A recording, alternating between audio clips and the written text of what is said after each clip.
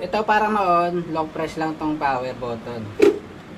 Mga 5 seconds. Check natin. Long press ko na. 1, 2, 3, 4, 5, 6. 6 seconds. Under na yan. On off lang ang gagana dyan.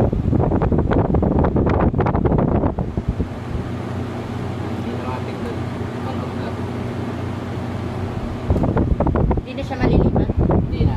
On off lang. Kung paano patayin, ganito siya. Kung paano patayin. Double tap mo lang tong power button. 1, 2. Patay na yan.